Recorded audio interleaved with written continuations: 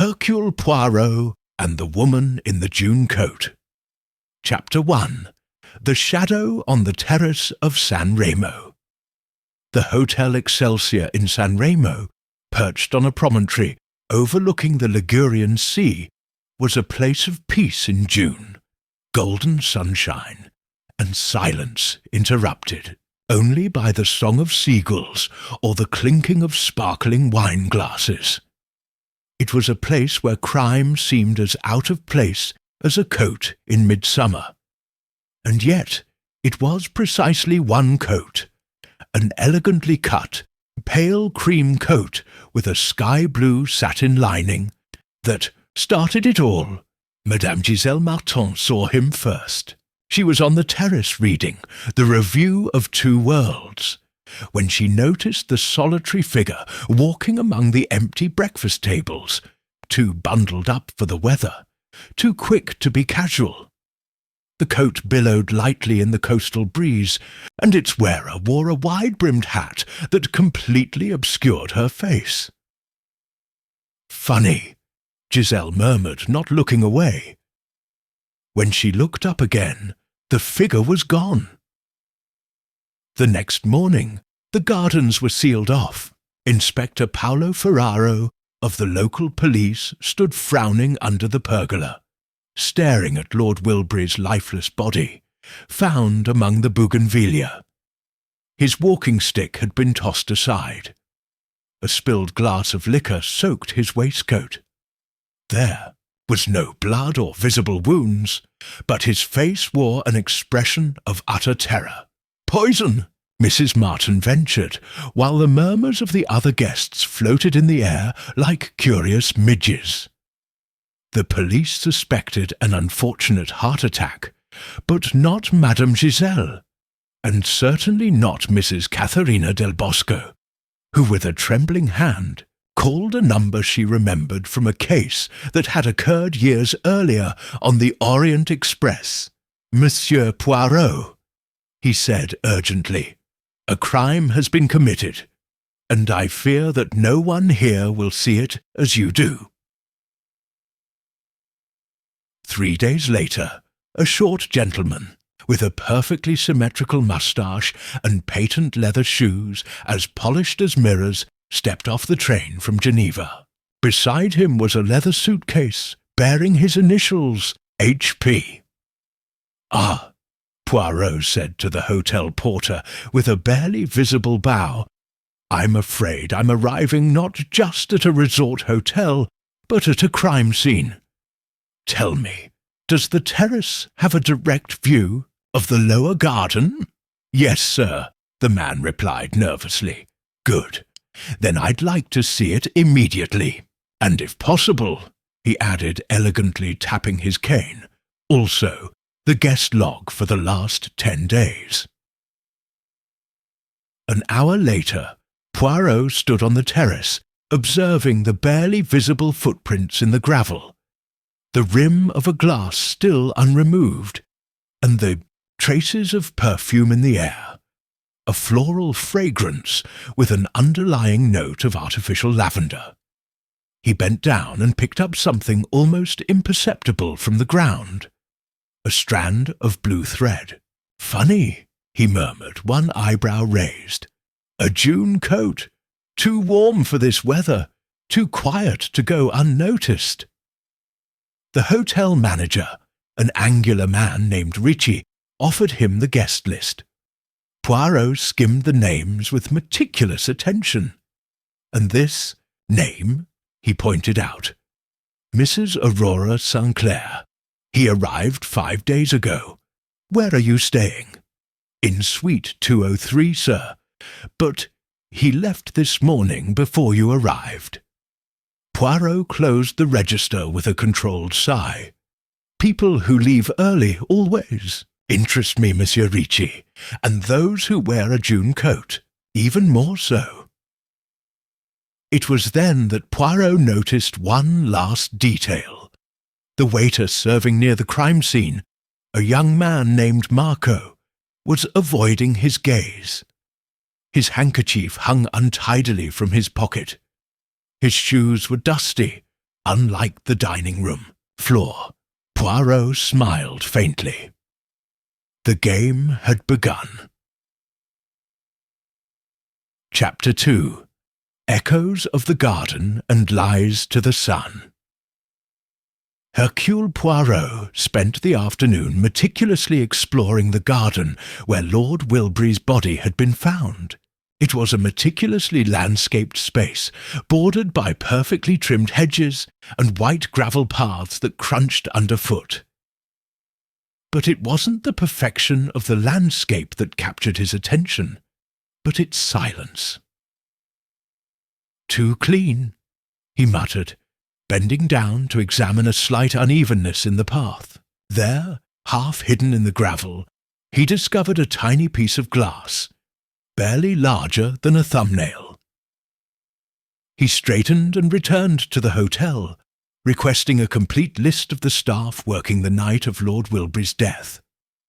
While he waited, he went to the smoking room, where Madame Giselle Martin was flipping through a Parisian fashion magazine with feigned disinterest. "Madame," said Poirot politely, "I've heard that you were the first to see a woman wearing an unusual coat. Could you describe her to me in more detail?" Giselle narrowed her eyes as if searching her memory. "I didn't see her from the front, Monsieur Poirot. She was tall, or at least she looked that way, perhaps because of her long coat. She walked quickly, as if she wanted to avoid being seen. Her hat was worn low, and the coat looked expensive, the kind you wouldn't buy in a local boutique. But what struck me most was her gait. It wasn't that of a relaxed tourist." "And you never saw her again?" "No, although the doorman told me someone left early that morning. Aurora St. Clair. I don't remember her at breakfast or dinner, and believe me, you notice those things around here." Poirot nodded, his brow barely furrowed. Then, with his short but determined stride, he walked into the dining room, where he found the young waiter Marco clearing a table with far too much energy for anyone with a clear conscience. "Good afternoon, mon ami. May I spare you a moment?" Marco flinched slightly but nodded. "Where were you last night at exactly 10:30? The young man dried his hands on his apron. "I was helping in the kitchen, sir. The chef can confirm that."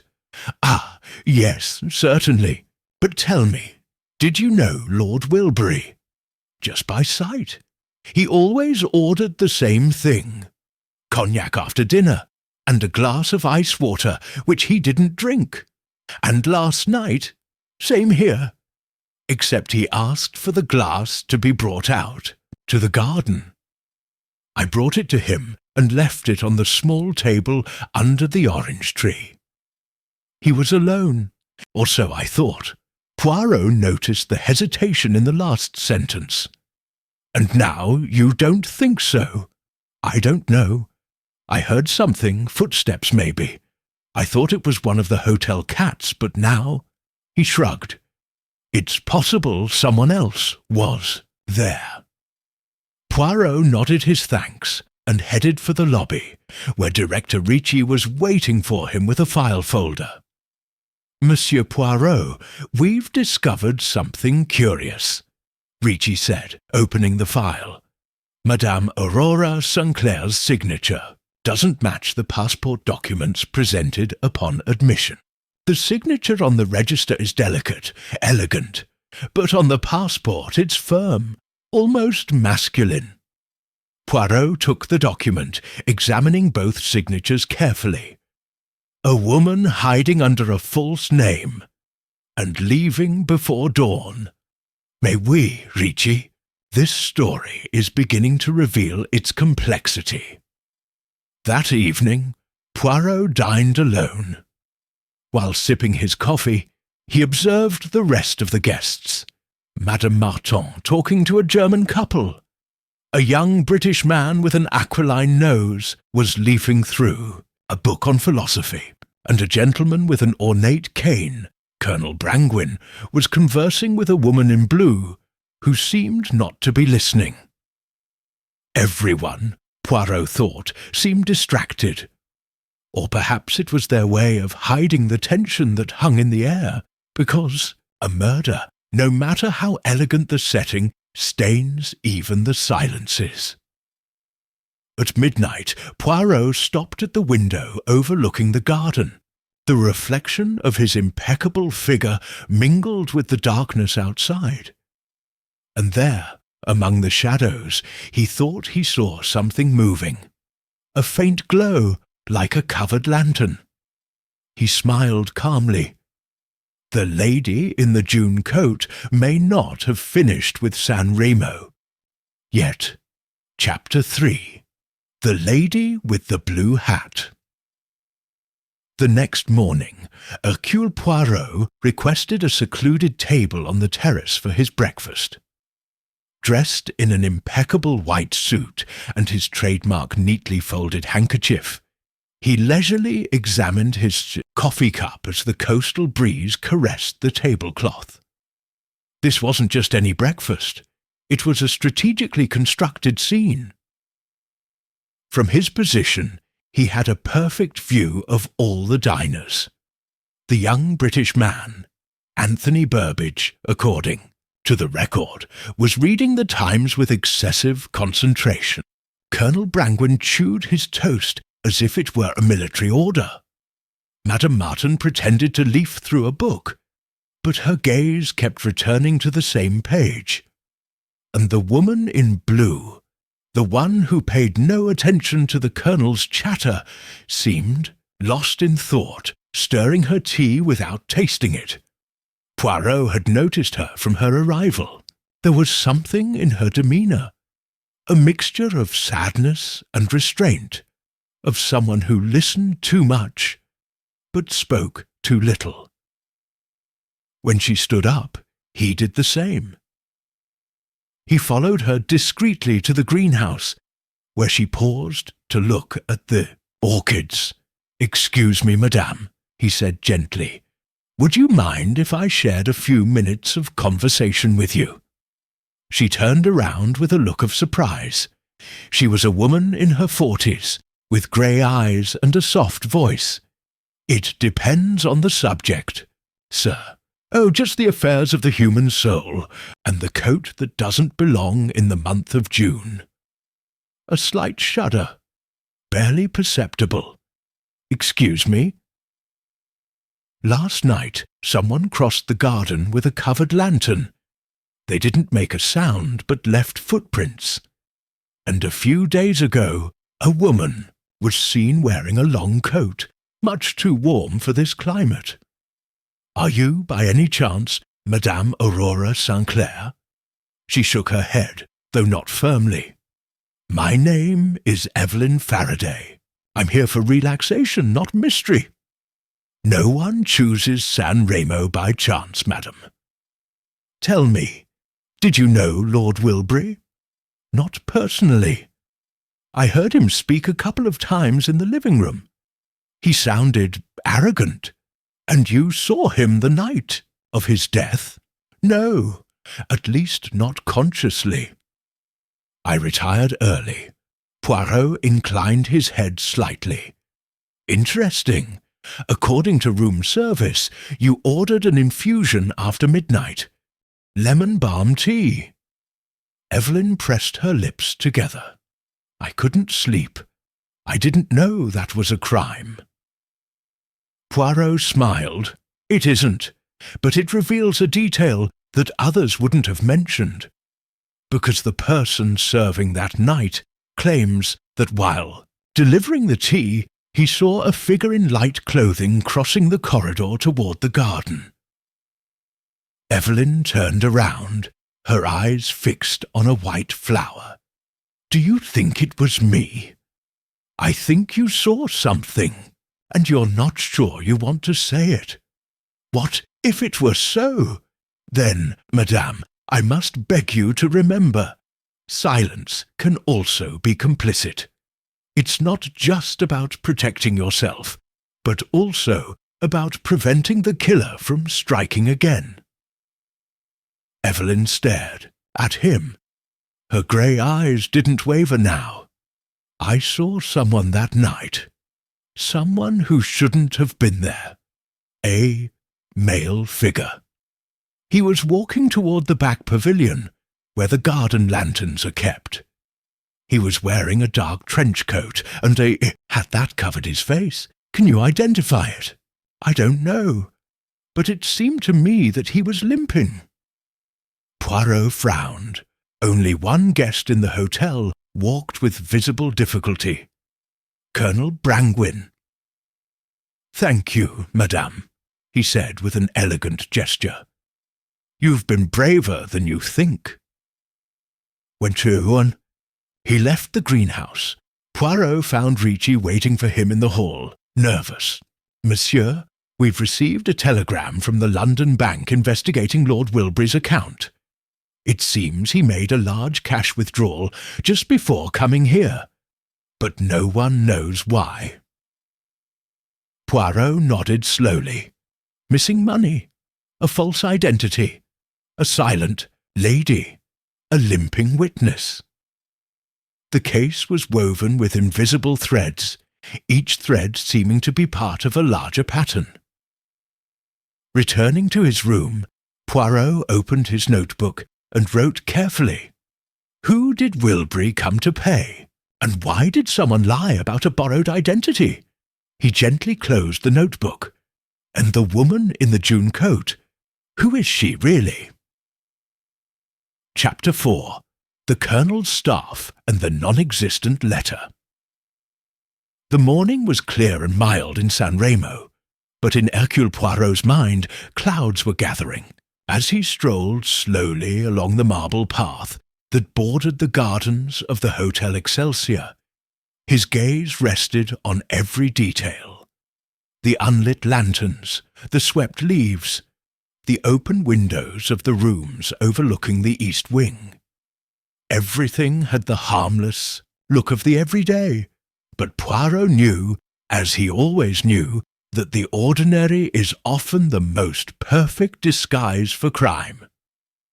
Su objetivo matinal era el Colonel Brangwyn.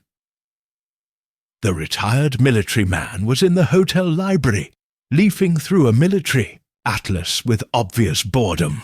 He carried a heavy brass-handled cane and rested it firmly on the carpet during each pause.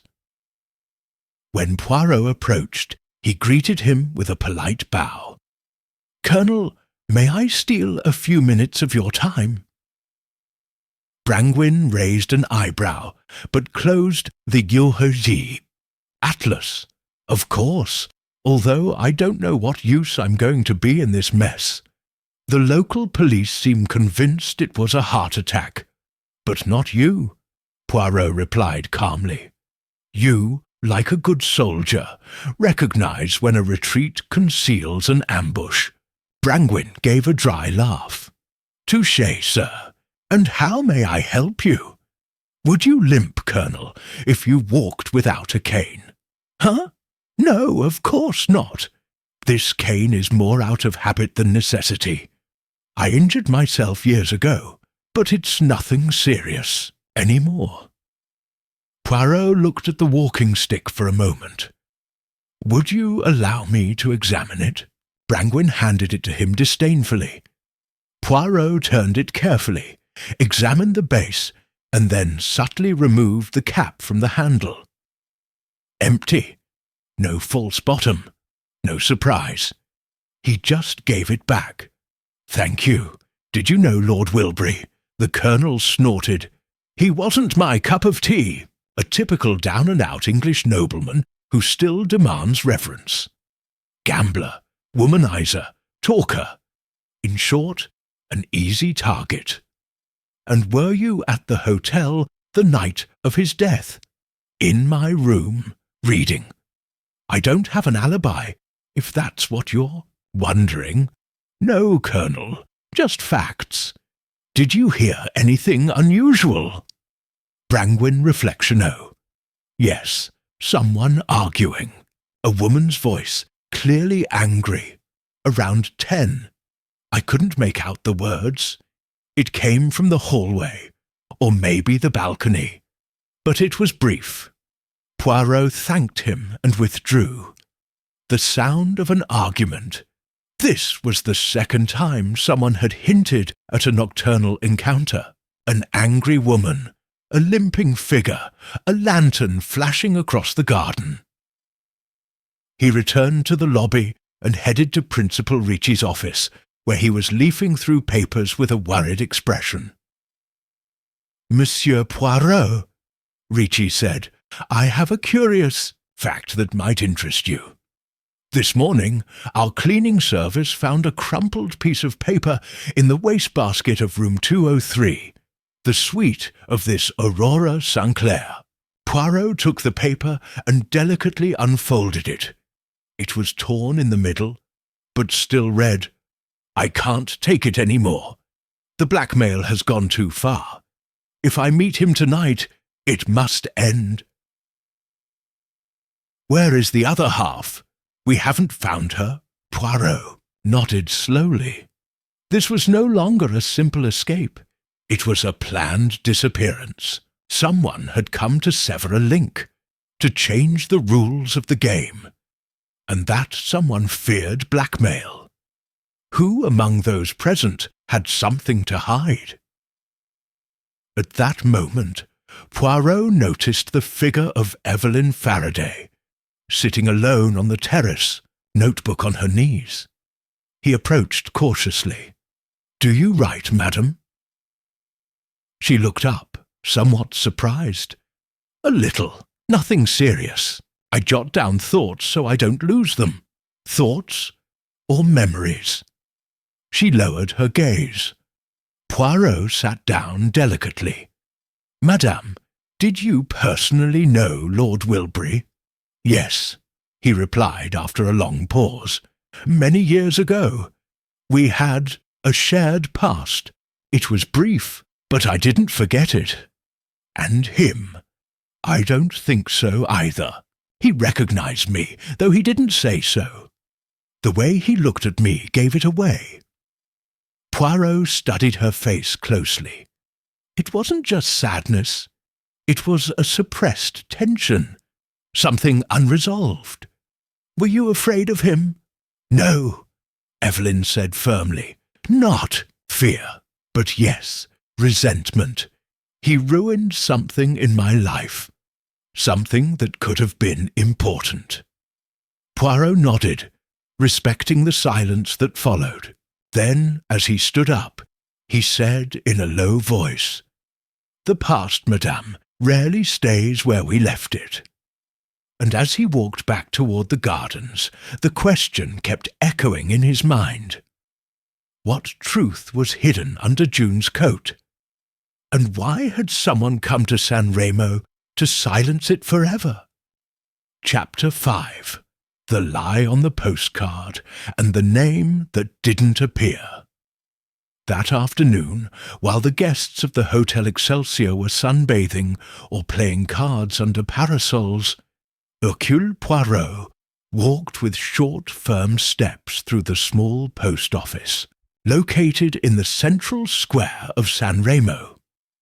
There, surrounded by tourist postcards and stamps bearing the image of Victor Emmanuel III, he softly questioned Mademoiselle Battisti, a woman with a suspicious look and glasses hanging from a gold chain. "Do you recall whether Miss Aurora St. Clair sent any letters or packages during her stay?" The woman, clearly enjoying the role of keeper of paper secrets, pursed her lips and nodded. "Yes, monsieur." "He left a postcard for London. It was for a VL in St. John's Wood. The address was written in very artistic handwriting. It caught my attention. Poirot asked to examine the departure book. There, in blue ink, he saw Aurora St. Clair, London, VL. No last name, no further explanation. "Could you describe the contents of the postcard to me?" "Sorry, I didn't see that. It was closed, but it weighed the same as a regular card." Poirot thanked him and left, his perfectly combed moustache gleaming in the sun. A postcard to someone identified only by initials? Too brief for a simple friendship. Too symbolic for a business transaction. It looked more like a password, a warning. On his way back to the hotel, he passed by the stationery store on the boulevard, des Platanos. He stopped there. Something prompted him to go in. The saleswoman, a young woman with a reedy voice, was startled to see the elegant Belgian gentleman. "Have you sold many postcards this month?" "Quite a few, sir. Tourists love to send greetings." Poirot took one of the most striking postcards with an aerial view of the Excelsior Hotel. "Do you recognize this one?" She nodded. "It sold like hotcakes this week. An elegant lady bought 3 a few days ago. She had a French accent and was wearing a light-coloured coat. Odd for this heat. Did you pay in cash?" "Yes, but she asked for it to be wrapped. She said she didn't like it wrinkling." Poirot smiled gratefully. It confirmed once again that the mysterious woman in the June coat had left nothing to chance. Every step seemed premeditated, every footprint carefully placed to disorient. Back at the hotel, Poirot found young Anthony Burbage in the reading room. He feigned concentration, but Poirot noticed the stiffness of his shoulders and the constant play of his fingers, which touched the edge of the page as if it were a taut string. "Monsieur Burbage, would you mind speaking with me for a few minutes?" "About what? I barely knew the dead man." "But you watched him often. I noticed it at breakfast. You looked at him as if you were studying him." Burbage closed the book with a click. "All right. I knew him, but not as Lord Wilbury. I knew him as Victor Levington Poirot." Showed no surprise. "Go on." "My sister, she had a relationship with him a few years ago. He promised to marry her, but then he disappeared. My sister, devastated, ended up in a clinic. He destroyed her, Monsieur Poirot. And when I saw him here, under another name, enjoying the sun as if nothing had happened, I felt hatred. Did you confront him?" "No, I didn't dare, but I followed him one night. I saw him walking alone toward the gardens. I thought about confronting him, but just as I was about to approach, I heard footsteps. A woman. They spoke in a low but tense voice. Then silence. I left. Poirot nodded slowly. This postcard was addressed to VL, the initials of Victor Levington. And if Anthony was telling the truth, that man had accumulated enough enemies to fill a train. That night, Poirot summoned Director Ricci to his room. "I need a list of all staff hired temporarily in the last week, including gardeners, cooks, and outside employees. Also, the full names of any guests who haven't provided valid passports or who have submitted them irregularly." Ricci nodded, alarmed. "Do you think the killer is still among us?" Poirot straightened his posture. "Monsieur, I don't think so. I know. And the most disturbing thing is that whoever killed Victor Levington, or Wilbury, as he chose to call himself, didn't do it on impulse. They did it knowing exactly how to make it all seem incidental." Poirot folded his hands. "And that kind of criminal, Monsieur Ricci, doesn't leave the scene until he's sure everything fits together perfectly." Chapter 6. The Echo of a Forgotten Name. The following morning brought An eerie silence to the Hotel Excelsior. The sky, normally clear over San Remo, was covered with a faint mist, as if the sea itself were holding its breath. Hercule Poirot, as usual, had woken up early. Not out of habit, for he believed in the value of rest, but because Hismel Grey cells they had given him no respite during the night. Sitting on his balcony, with a cup of hot chocolate, Poirot reviewed his notes. A disguised figure, a coded postcard, a false name, a victim with a murky past, and several witnesses who weren't telling the whole truth. But the most important thing was still missing, the real reason. They all had emotional reasons. But murder, when executed with such calculation, is rarely born of impulse alone.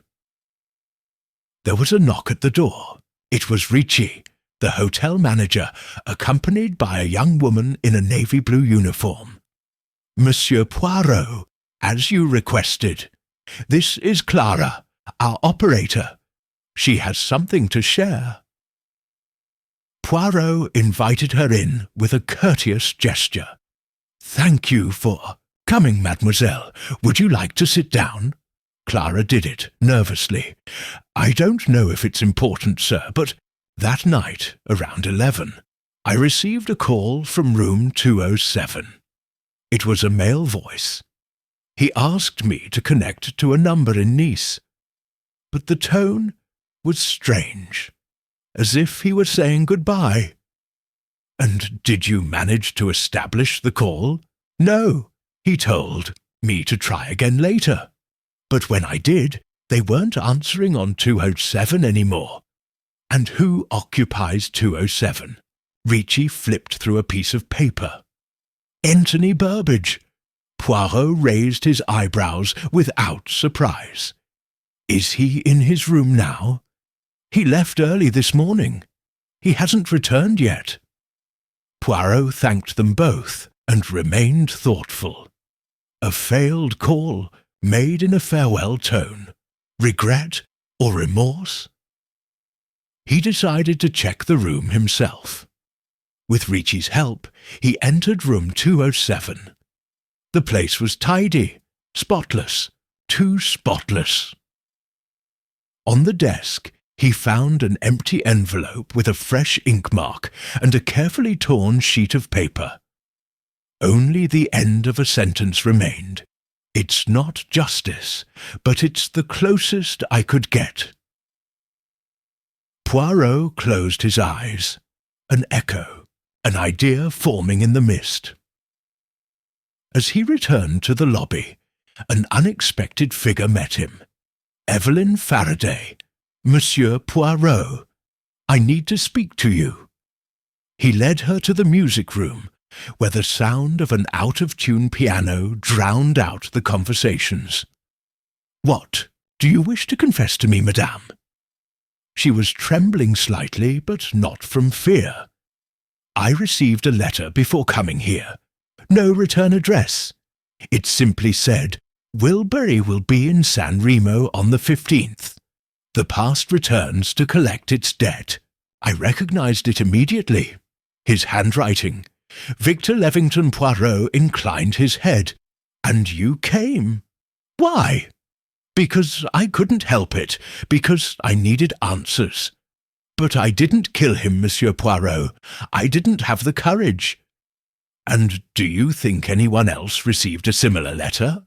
She hesitated. 'I don't know, but there's something else. Last night I heard the name Sylvia whispered from the hallway. No one was there, but it was like an echo.' Poirot sat up with interest. 'Sylvia? Yes, I remembered it instantly. It was the name of young Burbage's sister, Sylvia Burbage.' Poirot narrowed his eyes. Sylvia, the betrayed woman. The postcard sent to VL was perhaps not a warning, but a provocation. What if someone knew more about this story than they were admitting? As he walked back to his room, Poirot ran into Marco, The waiter. This time he stopped him. "My friend, a simple question. Did you pick up Lord Wilbury's glass that night?" "Yes, sir. It was empty. Just a faint trace of liquor." "And do you remember if anyone asked you for anything unusual at the bar before that?" Marco thought about it. "Yes, now that you mention it. A gentleman wearing sunglasses even at night asked for a glass of water with a slice of lemon, but insisted on bringing it himself. It was strange." "Do you remember his face?" "No, sir. But he did smell of strong cologne, the kind older men wear." Poirot paused for a moment. No Brangwyn, no Anthony, no Marco. Then who? The answer slowly formed in his mind, like a drawing emerging in a fogged mirror. It wasn't a blurry figure. It was a face that was missing, a name that did not appear in the records, an invisible guest. Poirot closed his notebook with a click. The murderer isn't just one of those present. He's also the one who managed to go unseen. Chapter 7. The Guest Who Never Registered His Name. Poirot's concern grew more intense as the visible gaps closed. He was no longer merely looking for inconsistencies in statements or forgotten details among the sheets of the guest register. Absence itself a name that wasn't there. A room that was never searched. A faceless figure. No signature, no document. In the hotel office, Poirot asked Mr. Ricci something specific. "I need the complete list of rooms occupied during the week of the murder, and next to it." He paused, holding up a finger. "And the bills for each room, laundry, restaurant, room service, even internal calls. And more importantly, I want to see the movement of room keys from the front desk."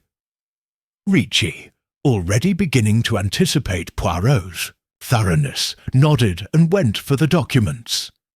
An hour later, he returned with a bundle of papers and a sombre expression. "Sir, there's something strange." "Ah, manure. Room 211 is listed as unoccupied all week. It was never assigned, but usage has been recorded." Poirot leaned slightly forward, his expression brightening with the confirmation he had been waiting for. What kind of consumption? A breakfast delivered on the 15th, black coffee and toast, then an order for ice in the afternoon, and most disturbing, a local call made from the room phone the night of the murder. And to whom was that call made? A number in Nice. The same one Anthony Burbage tried to reach. From 207, Poirot stood up with precision, as if everything in his body had fit into an invisible gear. "Take me to 211. The room was in the west wing, isolated by a small bend in the corridor that left it hidden between the service staircase and the boiler room. When Ricci opened the door, the air inside was thick and cold, as if no one had entered for days. But Poirot was not fooled by appearances. She went to the bathroom, lifted the lid of the waste bin, and found crumpled toilet paper with a dark red lipstick stain on it. Too specific for a male ghost, don't you think, Monsieur Ricci? Then she opened the closet. Nothing was hanging there, except a crooked hook with a strand of fabric caught in it, cream, light wool. June's coat. Poirot examined the bedside table again.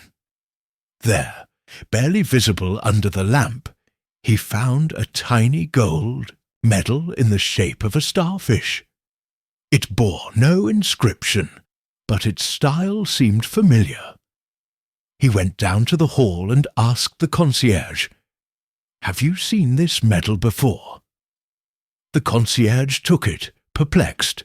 Yes, a woman was wearing it as a pendant. I mentioned it to her because it was interesting. She seemed like a tourist from the north, very quiet, but I never saw her enter or leave through the main entrance. She always seemed to appear directly on the terrace or in the gardens. Poirot already sensed it. Someone was secretly staying in room 211, avoiding registration, moving at times when no one would notice her, and most likely with help from within. When he returned to the lobby, he found Marco, the waiter, leaving the staff area. Poirot stopped him. "Marco, did you ever enter room 211? The young man hesitated. 211? No, never. It's been closed. For weeks. That's what they told me. And if someone had asked you to carry a tray there, would you have obeyed?" Marco swallowed. "Once, a woman left me a note. It said, 'Bring breakfast to 211. Knock once. Don't expect a tip.' I thought it was a joke, but I did it. And when I knocked, someone opened the door without saying a word. Did you see her? Just one hand, with rings, and strong perfume." Powder rose. Poirot let silence fall like a sheet between them. "Thanks, Marco. You've said more than you think." Later, Poirot met Evelyn Faraday on the terrace, where the last rays of the sun tinged the sea with molten copper. "Madame, did you know a woman named Sylvia Burbage?" Evelyn stood still. "Anthony's sister?" "Yes, I met her years ago. She and we were close for a while. Until what happened with Victor. She loved him like crazy.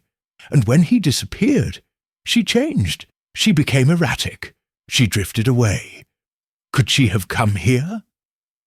Evelyn hesitated, and that hesitation was all Poirot needed. "I don't know," she finally murmured. "But if she did come, she wouldn't have introduced herself as Sylvia. She would have chosen another name." Aurora St. Clair. Chapter 8. The Mirror in the Empty Room. The next morning Poirot woke up with a clear idea, as if he had slept not on a mattress, but on a revelation. He wasted no time dressing. A pearl-grey jacket, a perfectly knotted lilac tie, patent leather shoes that shone like the marble in the hall, and went down to the garden, where the sun was beginning to push the shadows of the hedges eastward. Director Ricci was waiting for him, nervous. "Have you discovered anything, Monsieur Poirot?" "I have discovered absence, Monsieur Ricci, and it is more revealing than presence." "Absence? Of reflexes, to be exact." Ricci looked at him in puzzlement, but Poirot didn't stop. He led him back to room 211. He entered with a firm stride, as if inspecting a scene for the first time. "Look at this room," said Poirot, his gaze fixed on the wall opposite the bed. "Do you see what's missing?" Ricci frowned. "It looks like a normal wall." Poirot pointed with his stick at the faint rectangular outline of a lighter mark.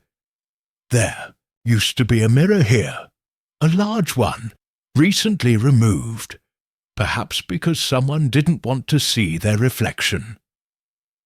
Could the cleaning service have done it? No. This room wasn't officially occupied. No one should have moved anything here. And yet, there wasn't just consumption, but manipulation. Poirot examined the edges of the dressing table. There, barely perceptible, he found a smear of makeup, not recent but not old either. a very pale, almost ghostly shade. "A woman lived here, Monsieur Ricci," he said, "in secret. She used this room not as a guest, but as a hiding place. She watched, she waited, she planned." They returned to the lobby.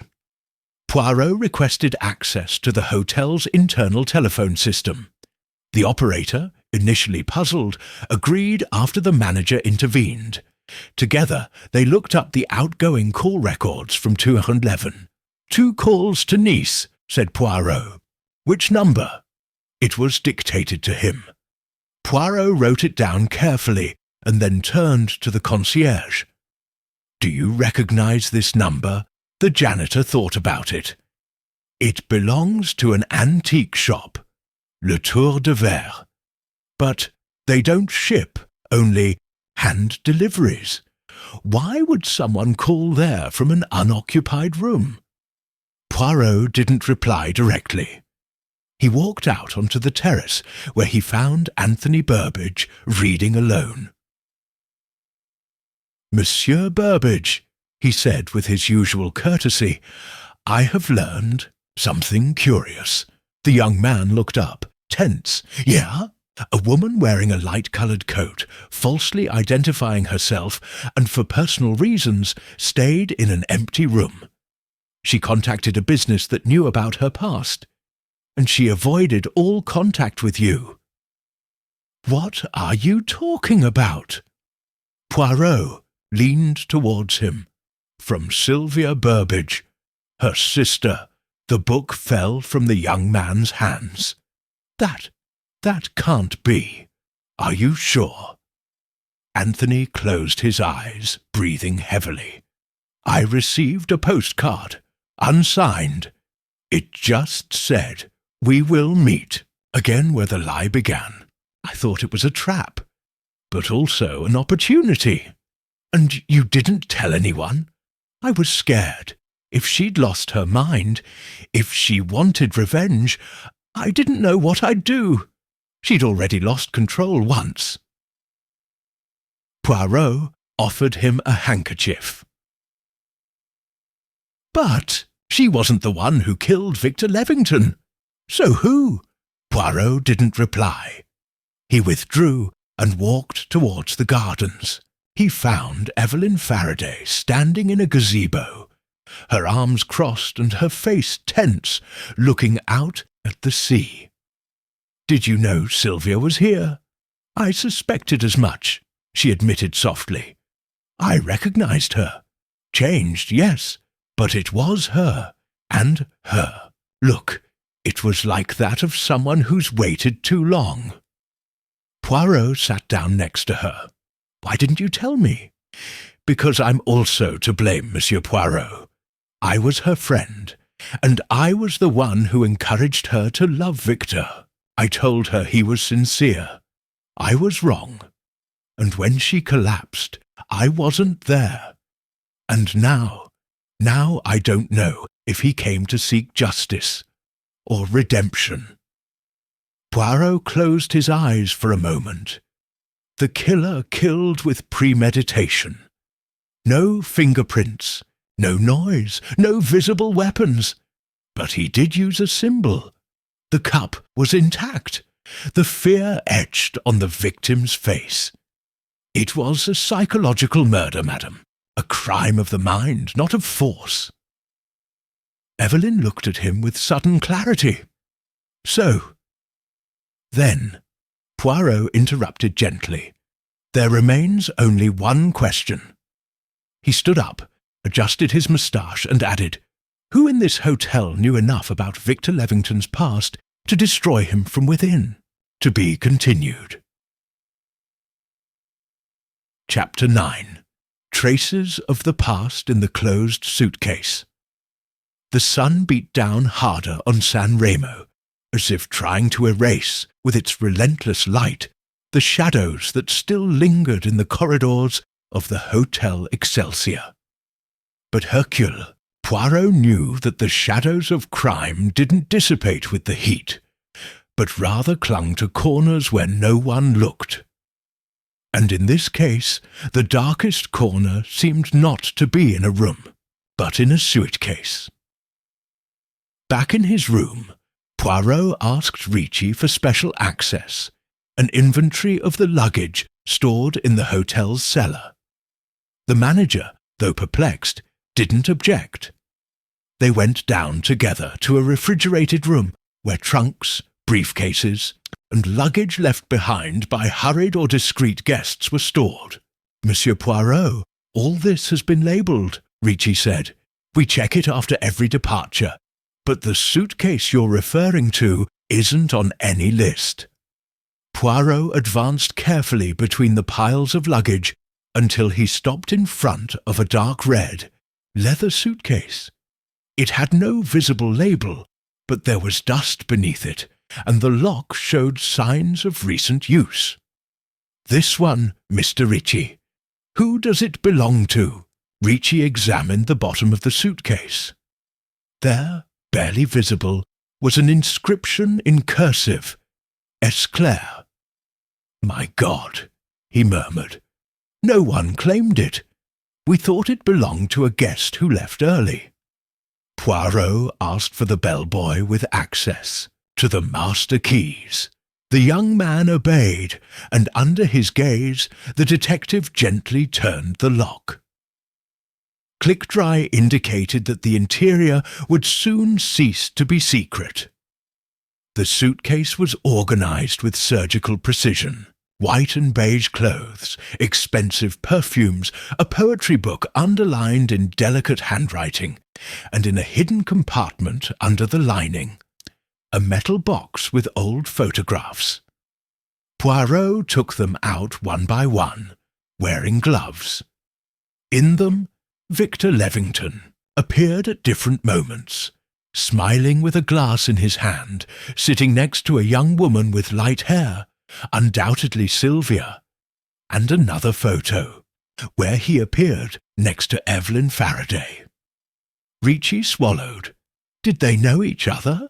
Much more than she has admitted. Poirot also took out a thin, worn leather notebook. Inside was a list of crossed-out names, all accompanied by brief notes. Only one remained uncrossed: VL Excelsior San Remo. "A tracking record," Poirot murmured. "A hit list, but not for extortion, but for redemption or revenge." Upon re-entering the hall, he found Evelyn Faraday sitting alone. Her face was serene, but her gaze wandered toward the sea. Poirot approached her with almost inaudible steps. "Madame, we found Aurora St. Clair's suitcase. It contained more than one answer." She closed her eyes slowly. "Sylvia. Yes, she was here. She lived here in secret. She watched Victor, and she documented everything. And he left? That's what I still don't know. But what I do know is that you haven't told me the whole truth." Evelyn looked down. "What do you want to know?" Poirot sat down next to him, very close, his voice low but firm. "You said you met Victor briefly, but he appears in an intimate photograph taken in a country house. And that notebook, it contains your name." She took a deep breath. "Yes, I loved him, briefly, but enough to hate him afterward. He played with us. With me, with Sylvia, with others. He seduced women, made them promises, and disappeared. And you helped Sylvia find him. Not at first, but one day, months ago, she wrote to me. She said she'd seen him in Paris, under a different name. She asked me for help. I felt responsible for not having protected her sooner."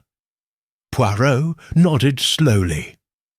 "And when she found out he was coming to San Remo, I helped her get in without registering. I contacted someone on the staff. She didn't want legal justice. She wanted to face him. Not kill him, Monsieur Poirot. Just confront him. And he did it. Yes, that night, she told me before I left. I'll look him in the eyes, she said, and he'll finally see what he did. Then I didn't see her any more. Poirot closed his eyes for a moment, and yet he died with his face contorted in terror, not from poison, not from a weapon, but from something he saw. He sat up slowly. Perhaps what Sylvia showed him wasn't a threat, but a reflection of himself, a truth his mind couldn't bear. On his way back to his room, Poirot stopped in front of the window. In the glass, he saw his own reflection. Neat, symmetrical, without cracks. The human mind, he whispered, is the most lethal mirror of all.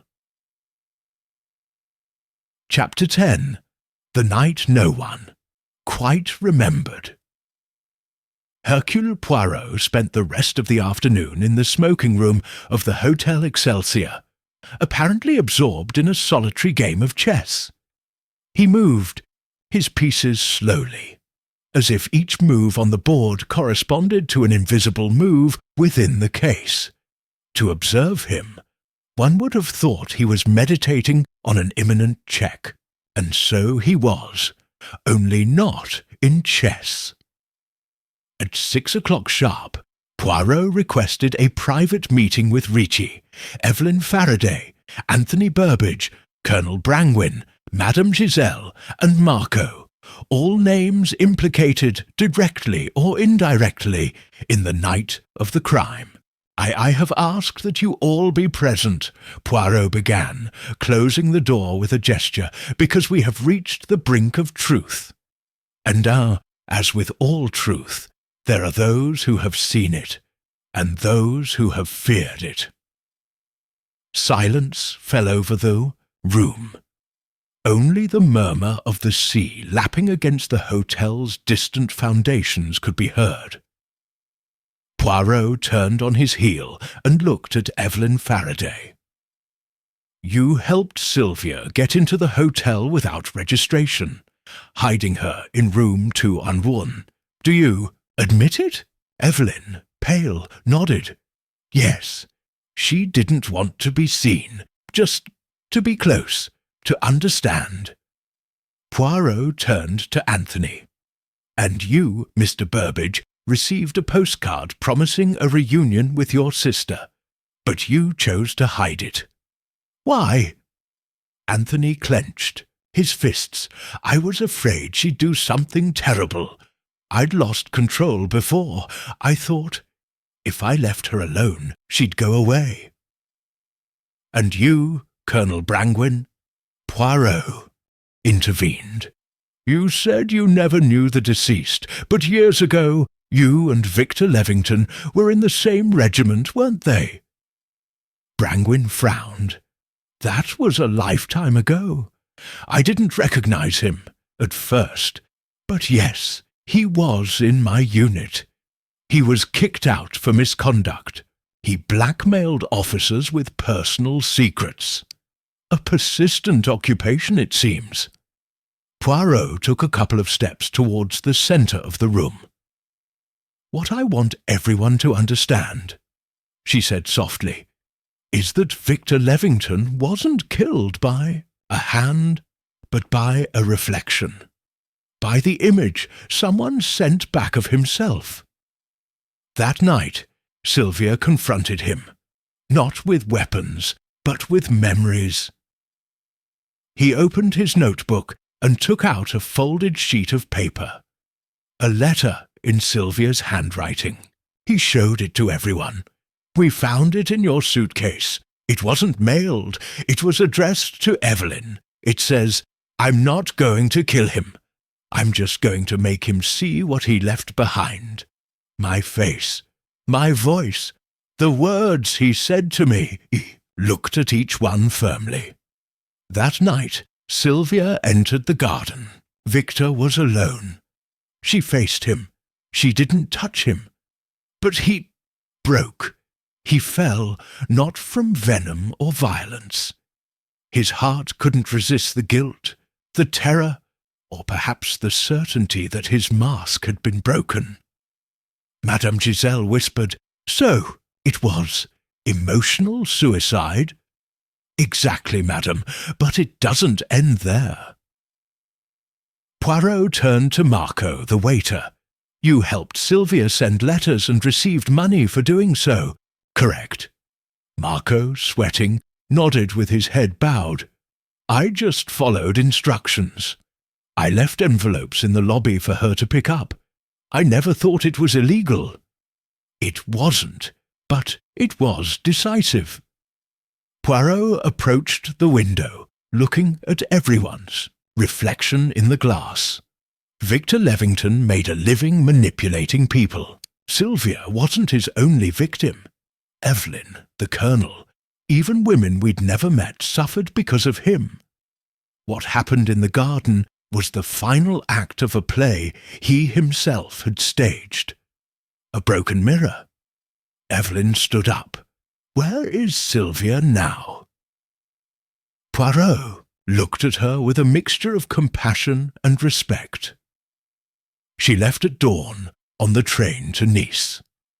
A servant saw her leave wearing a blue hat and a light-coloured coat. She was light on luggage, but very heavy on spirit. And will he escape? There's no crime to run away from, madam. Only scars that will take time to heal. Ricci, still stunned, murmured, "So, no one will be arrested?" "No, just remembered, and perhaps understood." Poirot sat back with the calm of a man who has brought order to chaos. Murder isn't always a matter of poison, guns, or knives. Sometimes it's a bill the soul presents, and the body can no longer pay. Chapter 11. The Silent Witness. That same night, as the Hotel Excelsior began to fall asleep after the unease of the partial revelation, Hercule Poirot didn't retire to his quarters, as was his custom. Instead, he asked the concierge for access to the hotel's internal archives, maintenance forms, records of rooms closed for repairs, and any minor notes filed during the previous week. "Monsieur Poirot," the young archivist said, handing him a messy folder. "These documents are trivial. Leaks, light bulbs, gardening requests." "Ah, but sometimes trivial details contain the most monumental truths," replied Poirot, leafing through them carefully. Among the papers, he found a hastily written note dated the day before Victor Levington's death. It came from the night gardener and read, "Suspicious activity near the Lantern Pavilion. Someone lit one at midnight, but no special event was reported. Check with management." Poirot asked to see the gardener. They found him at the back, hosing down the flower beds along the path that bordered the garden. "Do you remember what you saw that night near the pavilion?" Poirot asked gently. The man, bent with age, took off his hat. "Yes, monsieur. I saw a figure, a woman, I think. She was walking slowly, as if she were waiting for someone to catch up with her. She wasn't dressed in white or blue. She was wearing black. Just black. Were you sure?" Sure not. But the profile was small, like a lady's. And the strangest thing, she stopped in front of the lantern and lit it, just to look at herself in the glass, as if she wanted to see her reflection in the flame." Poirot nodded slowly. "And you saw her leave?" "No. When I came back, the light was already off. I thought it was some melancholy guest. That detail, a figure dressed in black, looking into a lantern, turned everything upside down. Neither Sylvia nor Evelyn had ever been seen with that description. And yet That action, reflecting in the light, was symbolic, almost theatrical, too precise to be spontaneous. When he returned to the hotel, Poirot asked to examine the recordings from the security cameras installed in the corridors of the West Wing, where room 2111 was located. Although the system was old and didn't have coverage in all the corridors, the technical manager agreed, apologizing for the quality of the images. "Look for the evening of the 15th between 9 p.m. and midnight," Poirot said. After examining several fragments, they found something. At 10:38 p.m., a small hooded figure emerged from the service corridor and stopped in front of door 2111. He was carrying a small bag, and although his face was not clearly distinguishable, his gait was purposeful. He knocked 3 times, waited, and entered. Poirot leaned forward. "Can you make the bag bigger?" They did. In the blurry frame, one detail became barely perceptible. A small gold medal hung from the clasp, in the shape of a starfish. The same object, found in room 211, Poirot asked for the footage to be rewound. The same figure had entered through a back door of the hotel, normally used by staff. But the most interesting thing was what happened next. At 11:04 p.m., the figure came out. Without the bag. She didn't run away, Poirot murmured. She just left behind the part of herself she no longer needed. The next morning, Poirot appeared before Ricci and requested a final private meeting with everyone involved. This time, he also brought Clara, the telephone operator. "Mademoiselle," he said, "you received a call from room 207. But there's something you left out, isn't there?" She blushed visibly. "Yes, sir." The voice sounded feminine, but very deep, as if disguised. And before hanging up, she said something that left me perplexed. "What was it?" said.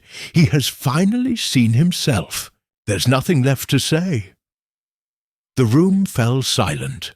Poirot looked at Anthony, then at Evelyn, and finally at Madame Giselle. A deep voice, a coded message, and a figure reflected in a lantern before disappearing. It wasn't just revenge, mes amis. It was a performance, an emotional execution constructed like a final theatrical act. Everyone present looked at each other without speaking. Poirot put away his notebook. And now everything is ready for the full truth. Tomorrow morning I will gather all the suspects, and as is fitting, I will reveal not only who was responsible, but why they chose that night, that place, and that mirror. Chapter 12, sir. The final meeting on the terrace. The next morning dawned bright and serene in San Remo, as if the heavens were deliberately ignoring the tension brewing on the terrace of the Hotel Excelsior. The tables were cleared, away. The chairs were lined up with Swiss precision.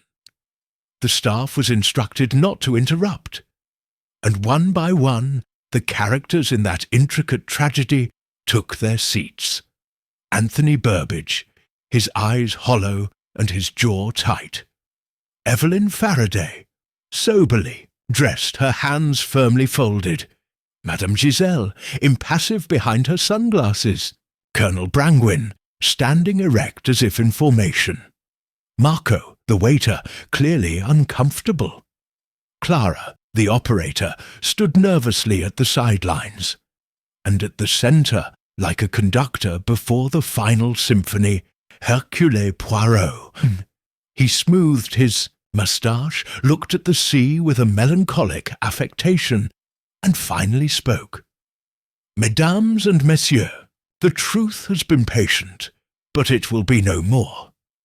This story, though shrouded in silence and darkness, has been at its core a suppressed cry, and as always happens when the truth is denied a voice, it finds another way to speak. Nobody interrupted. We begin with a man, Victor Levington, aka Lord Wilbury, an individual who wove his life with lies, deceit, and the emotional ruin of those who trusted him. His death seemed simple. Cardiac collapse.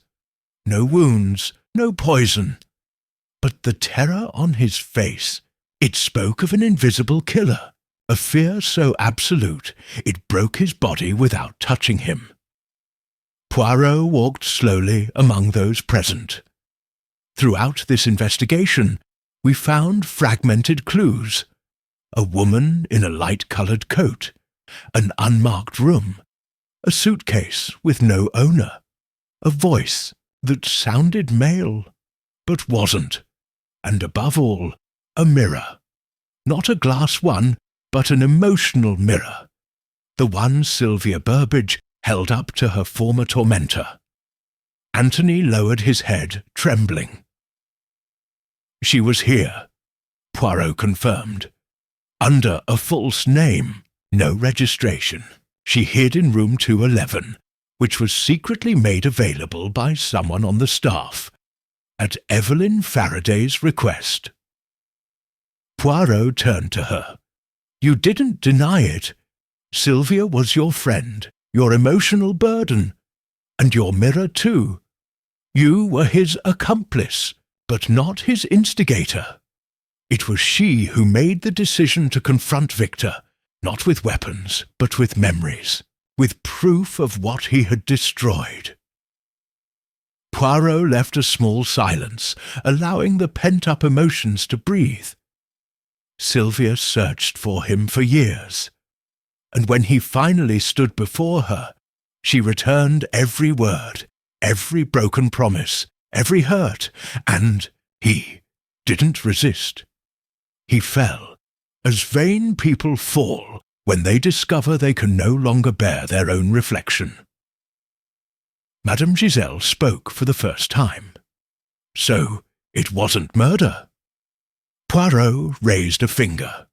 That depends on how we define murder. Legally, no one pushed him, no one poisoned him, but morally, he was executed for his own past. A crime committed years ago, which only recently met its verdict, and Sylvia? Anthony asked, almost in a whisper. She left before dawn, Poirot replied. She had little luggage, but a heavy load.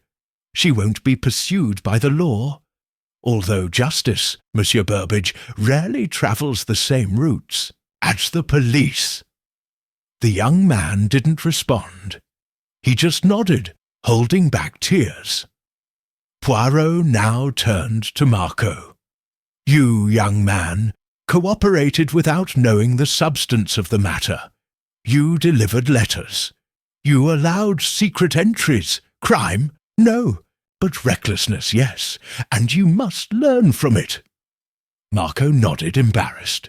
And finally, said Poirot, folding his hands behind his back, there is one person here who, without knowing it, was a witness.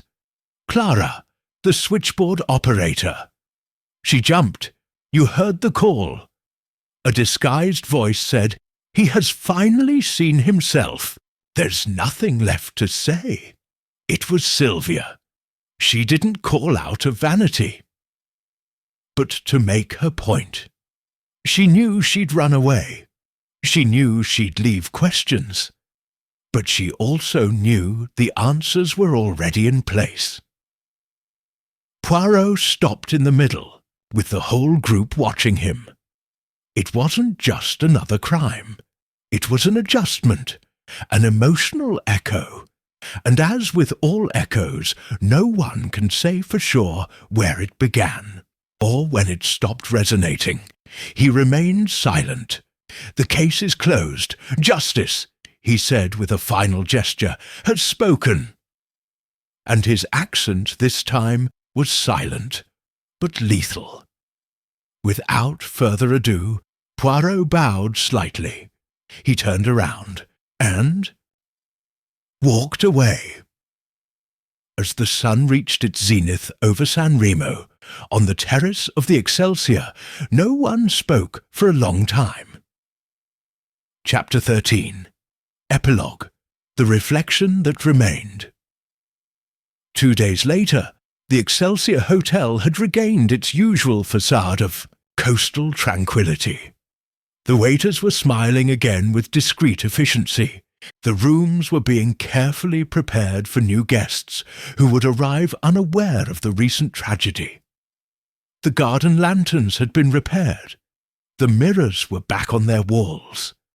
But for some, the echoes of that night still lingered. Hercule Poirot, impeccable in his white linen suit, waited at the San Remo train station, sitting on the bench furthest from the platform. He attentively watched the slow comings and goings of the passengers, as if their movements told invisible stories. Beside him, a neatly closed suitcase, a cane resting on his knee, and on his lap, a letter with no return address. He had found it that very morning, slipped under his bedroom door. Inside, only a carefully folded sheet of paper. Thank you for not saying my name. It wasn't hatred that guided me, but memory. He'd been dead. For years, I only turned off the echo. We'll never see each other again. But thank you for giving me back who I am. Poirot read the letter once more. Then he folded it with geometric precision and put it in his inside jacket pocket. His fingers lingered over the edge, as if he could catch some trace of the trembling with which it was written. The train to Nice whistled in the distance. Poirot wouldn't be getting on. His journey would continue in another direction. But before that, he had one last conversation to talk about. At the café by the station, Evelyn Faraday was waiting for him. She was dressed in dark grey, her hat tilted gracefully, and a notebook in her hands. Seeing him, she stood up. "I didn't know if he was coming," he said. "A gentleman always keeps his promise," Poirot replied with a slight bow. They sat opposite each other. He ordered hot chocolate. She ordered just water. "Do you know where she is?" Evelyn asked quietly. "No, madam. And if I knew, I wouldn't tell you. Sylvia has crossed a border that isn't marked on the maps. What happened to her in San Remo wasn't an escape, but a liberation. And now she must decide who she will be without him." Evelyn nodded. She looked out the window, at the blurred reflection of the sea beyond the glass. "Sometimes I wonder if I was guilty too. Because, for not seeing who he really was, for encouraging a story that ended up hurting so many." Poirot interlaced his fingers. Guilt is like a compass that has lost its bearings. It points in all directions, but leads nowhere. "You didn't kill Victor Levington. He killed himself years ago, with every broken promise, every lie told. Sylvia was just the final mirror, the one he couldn't avoid." Evelyn left the notebook on the table. "I'm writing everything down, not to publish it, but to remember it. Because if I don't write it down, I'll be afraid it'll come back." Poirot nodded approvingly. "Then write, madame, but don't forget to leave room for peace." A comfortable silence fell between them.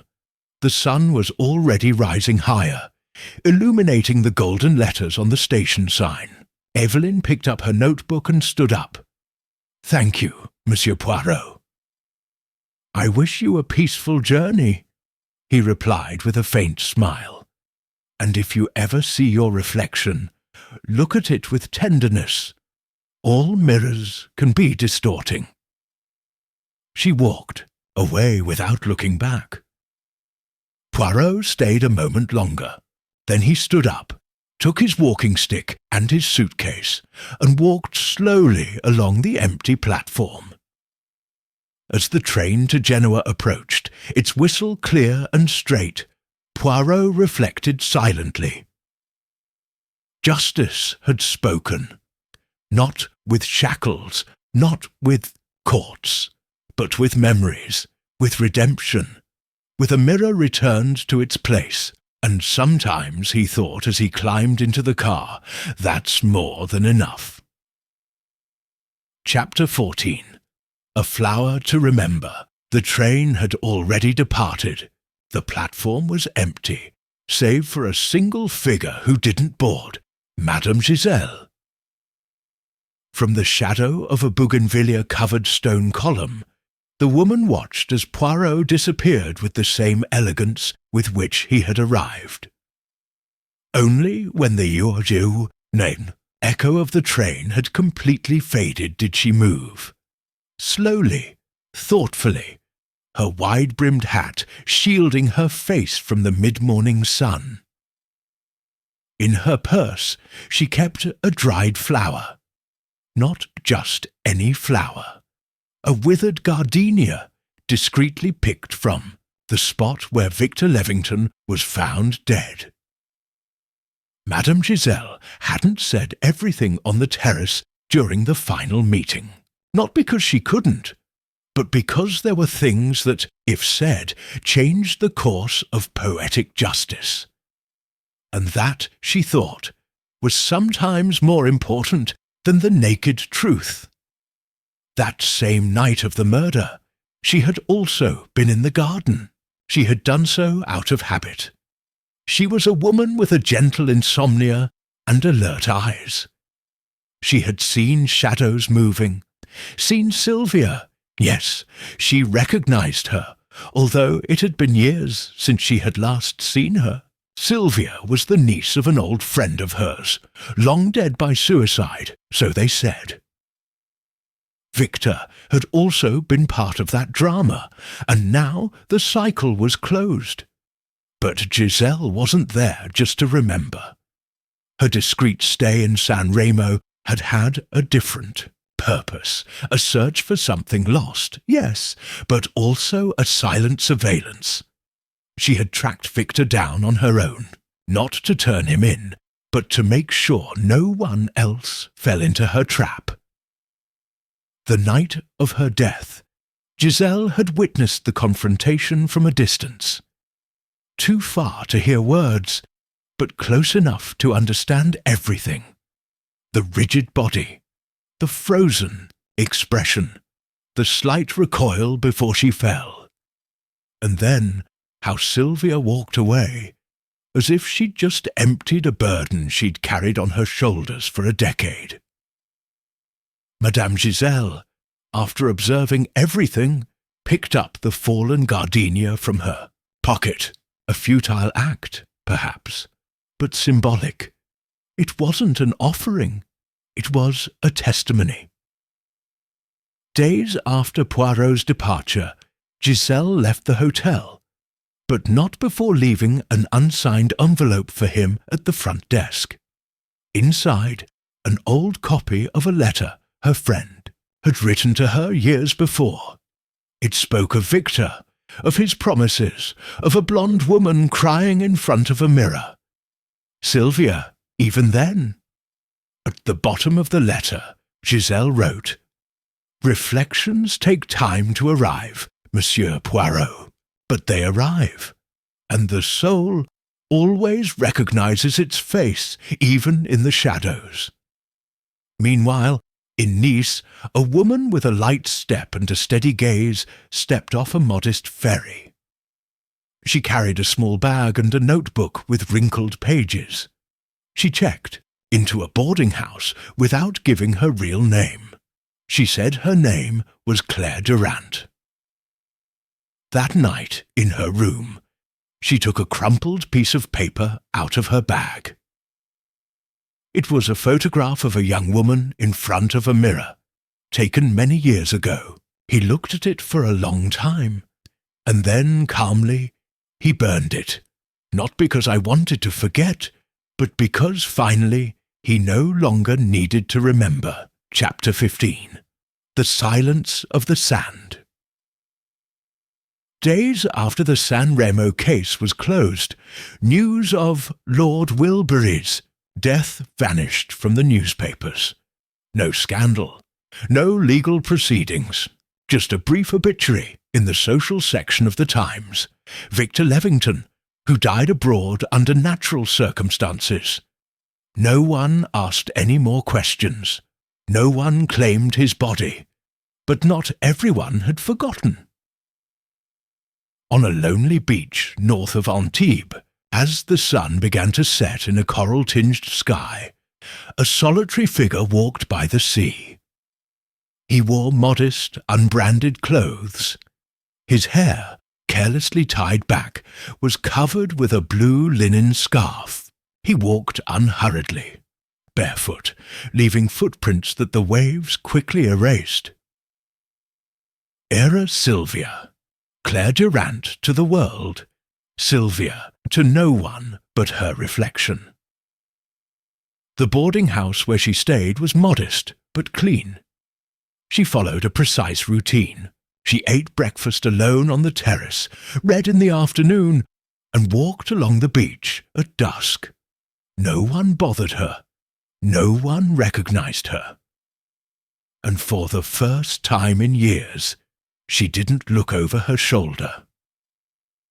That night, upon returning to his room, he found a letter slipped under the door. There was no return address. He opened it with steady hands. Just 3 lines. "I won't come looking for you again. You've already done that yourself." Justice was perfect in its silence. H.P.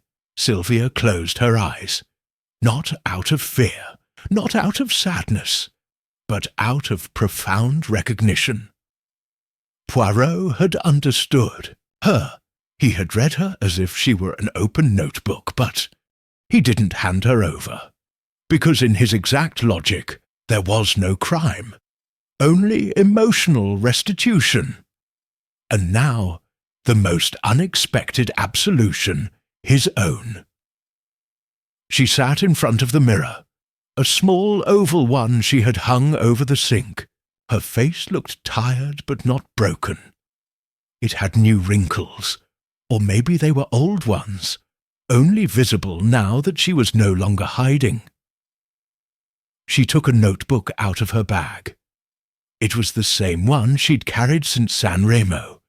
It still contained crossed out names, jotted down places, and fragments of conversations that no longer held any meaning. On the last page, she wrote something new. "Today, finally, there is no one else to look for." He closed the notebook. He left it on the table. He looked out the window. The breeze smelled of salt and jasmine. Far away, in a villa on a hill, Madame Giselle read a newspaper while sipping her tea. Seeing the name Claire Durant listed as a guest at a nearby boarding house, she raised an eyebrow, then smiled with an almost maternal calm. "That's fine," he murmured. "Now it's done." And in London, in his meticulously tidy apartment, Hercule Poirot placed one more file in his private file. He didn't label it case closed or homicide. He only wrote one word: redemption. The token was saved. The lamp went out, and with that last shadow, the case was closed forever. Chapter 16. The Detective's Notebook. A week later, in his elegant apartment at 56B Whitehaven Mansions, Hercule Poirot stood by the window, watching with some disdain the first signs of London rain. He was wearing his midnight blue velvet dressing gown and holding a cup of thick, steaming hot chocolate, prepared with customary care by George, his faithful domestic helper. On the living-room table, he had placed his famous black leather notebook, the one he only opened for cases that had touched him deeply. Not the most challenging ones, but the most human ones. "George," said Poirot, without taking his eyes off the leaden sky, "has the mail arrived?" "Oui, sir. 3 letters. A bank, circular, an invitation from the Belgian Club of London. And this one," she said, handing him a cream-coloured envelope.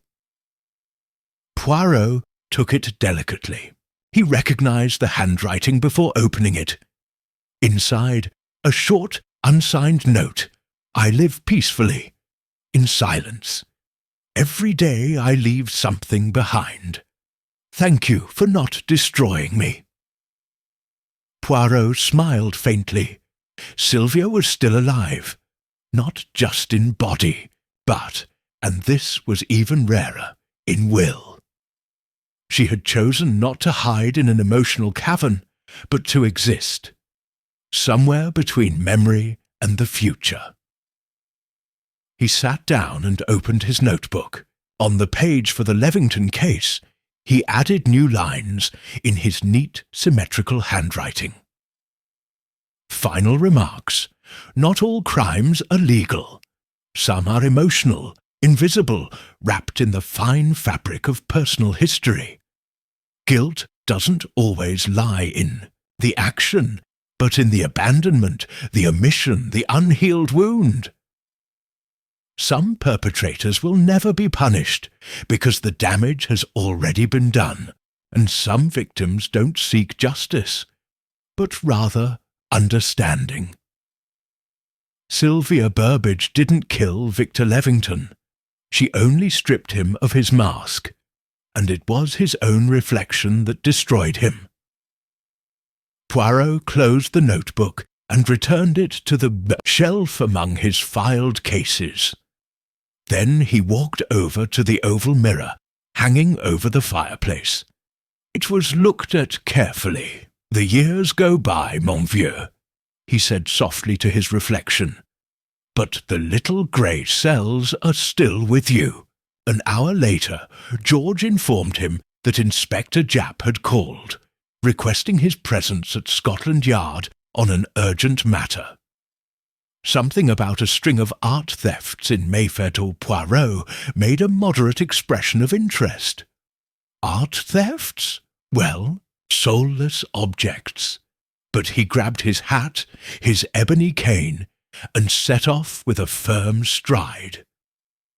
For although the detective's heart was still in San Remo, the world kept turning, and new mysteries awaited. As he closed the door behind him, his watch struck 12:00 noon. A new case began, but the echo of Sylvia, and Victor and Evelyn, and all those who loved and lied, would remain, not as a scar, but as a carefully guarded page. True Epilogue.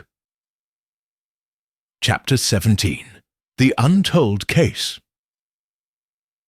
At dusk on the same day, as the rain gently drummed against the windows of Whitehaven Mansions, Hercule Poirot sat in his favourite armchair, wrapped in the ritual silence that preceded his hour of reflection. George, as was his custom, had prepared a tray for him with 2 thin slices of toast, unsalted butter, and his favourite verbena infusion. The fire crackled faintly in the grate, but Poirot wasn't eating. He was holding an ivory-coloured file folder. It bore no visible label except a single handwritten line. San Remo, the untold story. He had removed it that very morning from his personal closet, a folder he never handed over to the police, nor shared with Scotland Yard, not even with Hastings' inside, alongside newspaper clippings and a copy of Lord Wilbury's obituary, was a second report, a series of personal observations that Poirot never incorporated into his final summary of the case. Observations he never presented because they didn't lead to a culprit, but to a possibility, a crack in the glass, a silence, too much tidy. He turned to the first page. He reread it in a low voice, almost like a prayer. What if it wasn't just a reflection? What if there was an invisible hand that pushed not with violence, but with intention? A presence that made sure Victor Levington saw what he was meant to see, and did it alone. Poirot had noticed something in San Remo that he never mentioned. On the night of the crime, when he mistakenly went down to the service wing looking for the director's office, he passed a room with the door ajar. Inside, he saw a figure with its back to him, tall, motionless, wearing a dark coat. The face was not visible.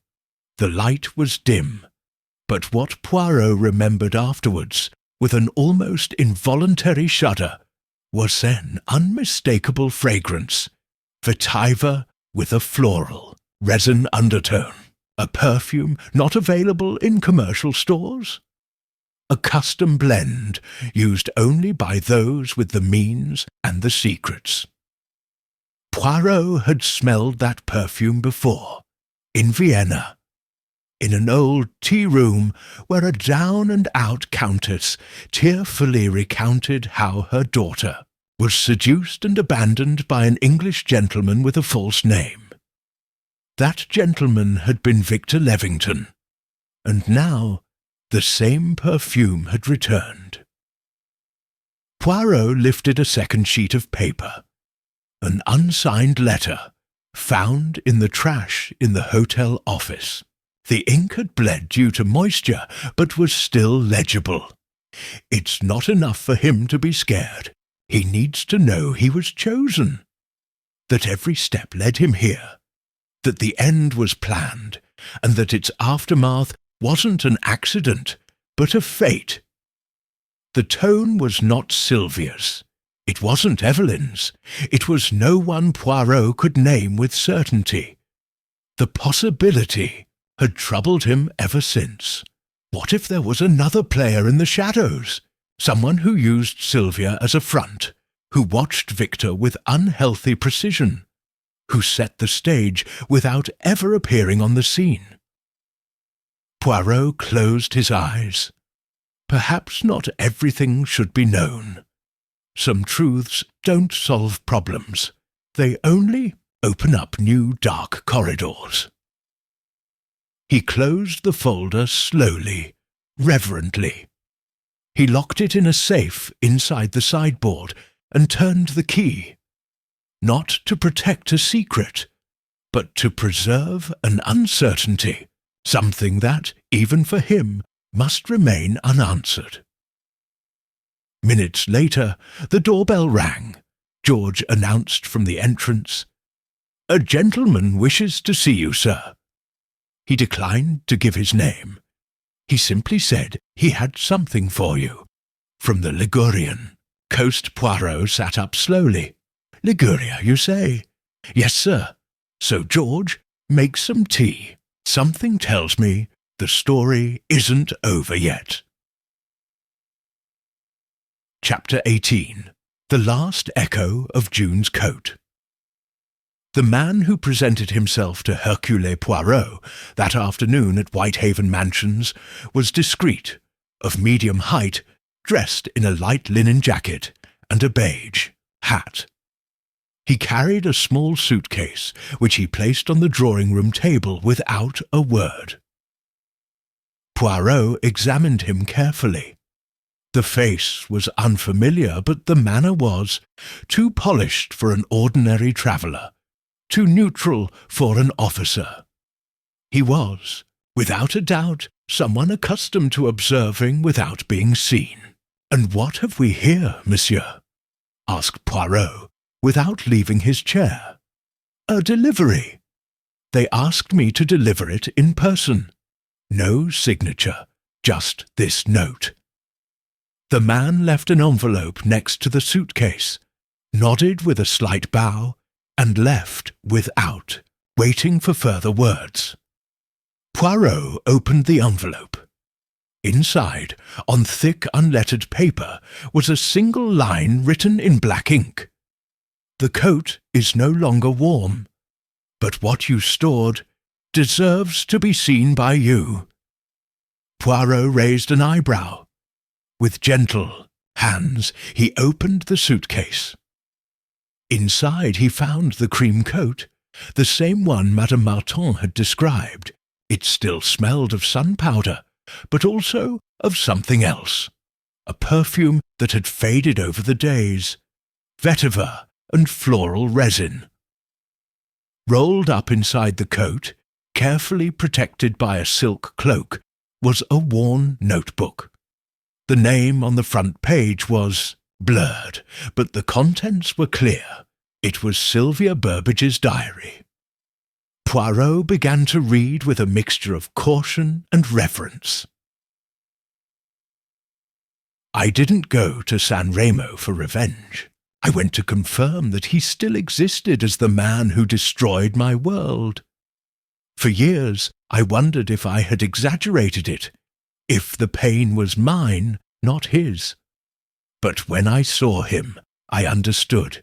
He hadn't changed, and that's what killed him. I sat across from him. I told him my name. At first he didn't recognize me. Then he did. He feigned remorse, but in his voice there was no echo, only method. I showed him the mirror, a handheld mirror, the same one my mother used. I told him to look and tell me what he saw. He didn't answer, but I saw him. Finally, the mask cracked, and with it, his body. I didn't scream. I didn't cry. I didn't touch anything. I got up and left. I left the mirror on his lap." Poirot closed his eyes, not out of astonishment, but because of the brutal clarity of the story. There was no ambiguity. There was no doubt Sylvia hadn't killed him. But she had confronted him with the truth. And in some cases, the truth is more deadly than poison. On the last page, one more sentence, written in a different handwriting, firmer, more recent. Someone else knew. Someone was there first, not to save him, to make sure he saw his end. Poirot looked up. A second figure. That shadow hadn't disappeared, and perhaps it never would. Later that evening, Poirot wrote a letter that he never sent. He filed it in his file under the name The Other Presence. Perhaps Sylvia wasn't the only justice. Perhaps she was the tool. And behind her, the gaze of another person. Someone whose story I don't know. Sometimes the murderer isn't the one who acts, but the one who allows, the one who guides the finger without getting dirty. He carefully put the letter away, sealed it in an unmarked envelope, and placed it next to the San Remo case. Then he walked to his window, watching the London rain soften the city. Lights. The June coat was no longer useful. It had served its purpose. It had been a refuge, a disguise, and finally a testimony. And now there was only one thing left to do. Poirot folded it delicately. He placed it in a cedar box next to the diary. Then, with a solemn gesture, he lowered the lid. The lock clicked. The echo of the case died away. With a glass of liqueur in his hand, Poirot sat once more in front of the fire. The human soul, he said softly, as if to himself, is the only mirror that does not always return the image we expect. And there, between the flames and the rain, the case of the woman in the June coat has finally been solved. Not with an arrest, not with a trial, but with the acceptance that the truth sometimes is too big to fit in a file.